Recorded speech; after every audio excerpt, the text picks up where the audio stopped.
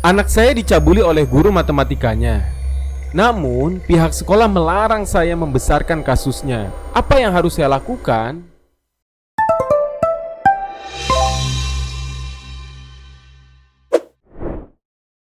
Sob. Selamat datang di channel Cerdas Hukum. Bersama gue, Bos Kon. Ayo, jangan negatif dulu ya. Kondisi ini artinya konsultasi, bukan ilustrasi jorok lo. Dengerin nih, gue mau ngejelasin permasalahan hukum dari Sohib Justice, biar lo pada paham.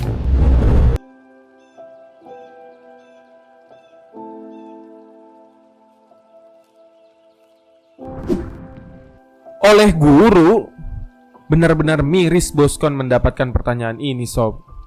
Kasus ini menjadi pelajaran penting agar kita semua lebih detail dalam memperhatikan anak ya. Sebelumnya, Boskon sangat apresiasi kepada Sohib Justice yang menanyakan hal ini, karena tidak mudah untuk berani tegar dan sabar menghadapi permasalahan. Anak adalah anugerah Tuhan yang harus dijaga dan dibimbing dalam setiap tumbuh kembangnya.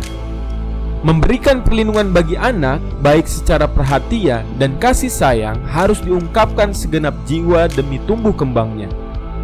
Keluarga yang menjadi unit terkecil dan juga orang tua yang memiliki kewajiban secara penuh dalam memastikan tumbuh kembangnya menjadi hal dasar yang perlu dimiliki oleh seorang anak. Selain itu, agar anak-anak dapat tumbuh sesuai dengan minat dan bakatnya, keinginannya, dan keahliannya, maka diperlukan sarana dan prasarana yang memadai. Dalam hal ini, ialah lembaga sekolah dan semua orang yang berkaitan dengannya, dari guru, penjaga sekolah, bahkan petugas kebersihan, perlu adanya komitmen bersama untuk mendukung tumbuh kembang anak. Sekolah yang menjadi rumah kedua bagi anak, karena anak-anak sebagian waktunya dapat dipastikan berada di lingkungan sekolah, menjadi hal penting untuk diperhatikan dalam mendidik dan menanamkan karakter terhadap anak. Guru yang menjadi pahlawan dan panutan bagi setiap anak menjadi teman dan juga sahabat dalam berbagai setiap pengetahuan. Namun, bagaimana jika guru berbuat kejahatan dan ancaman yang dapat melukai hati dan pikiran seorang anak? Dalam kasus ini adalah suatu pencabulan, sob.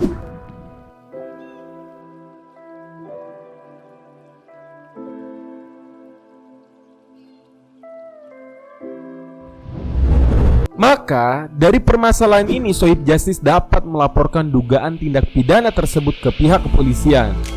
Karena hukuman bagi pelaku yang melakukan tindak pidana pencabulan dapat ditambah sepertiga. Ingat nih sob, ditambah sepertiga apabila pelaku adalah orang tua, pendidik, atau tenaga kependidikan dari si korban.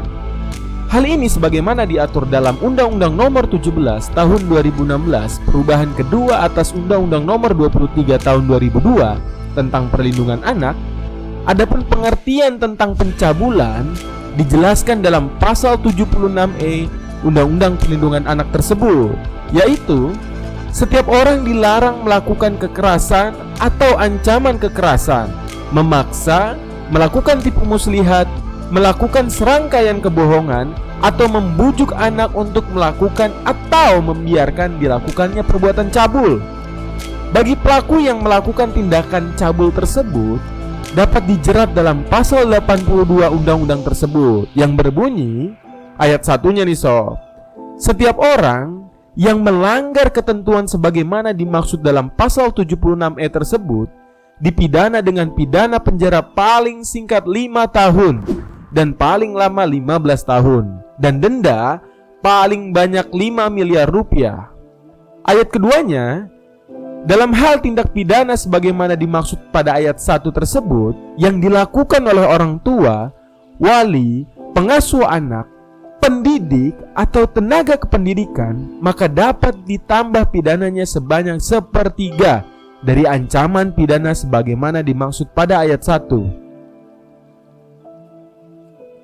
Hakikatnya, lembaga sekolah yang seharusnya berlaku untuk mengkondusifkan keadaan dan juga mendukung dapat dihukumnya pelaku, tidaklah elok apabila malah melakukan sebaliknya.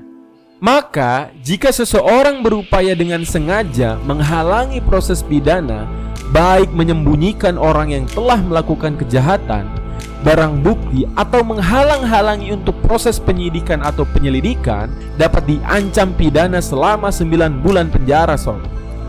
Hal ini jelas diatur dalam pasal 221 ayat 1 Kitab Undang-Undang Hukum Pidana yang berbunyi, ini ayat satunya nih sob ya, diancam dengan pidana penjara paling lama 9 bulan atau pidana denda paling banyak Rp4.500. Mengenai pertama, barang siapa dengan sengaja menyembunyikan orang yang melakukan kejahatan atau yang dituntut karena kejahatan, atau barang siapa memberi pertolongan kepadanya untuk menghindari penyidikan atau penahanan oleh pejabat kehakiman atau kepolisian, atau oleh orang lain yang menurut ketentuan undang-undang terus-menerus atau untuk sementara waktu diserahi menjalankan jabatan kepolisian.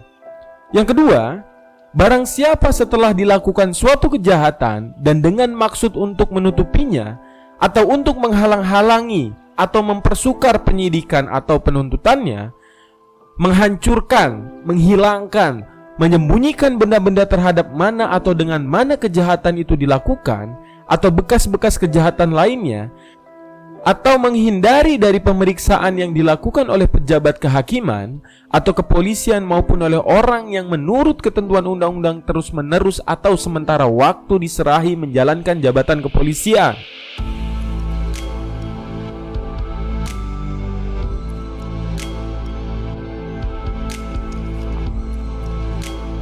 Untuk meyakinkan segala langkah hukum, Sohib Justice dapat pula mendatangi P2TP2A di kota atau kabupaten dimanapun kalian berada. Hal ini penting sekali untuk memastikan langkah hukum yang tepat dalam setiap proses atau jenjangnya, sob. Semoga penjelasan Boskon dapat membantu menjawab kegelisahannya ya.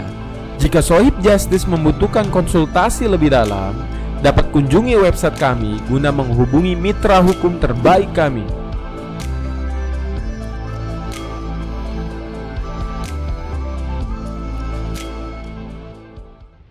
Ingat sob, mendiamkan kejahatan adalah kejahatan. Jadi jangan diem-diem aja lo ngeliat kejahatan. Nanti gue lagi nih yang repot. Yuk share video ini, subscribe and like ya, supaya jangan lo doang nih yang pinter. Jangan lupa juga ya di follow media sosialnya. Gratis sob. Cerdas hukum, semakin cerdas mengerti hukum.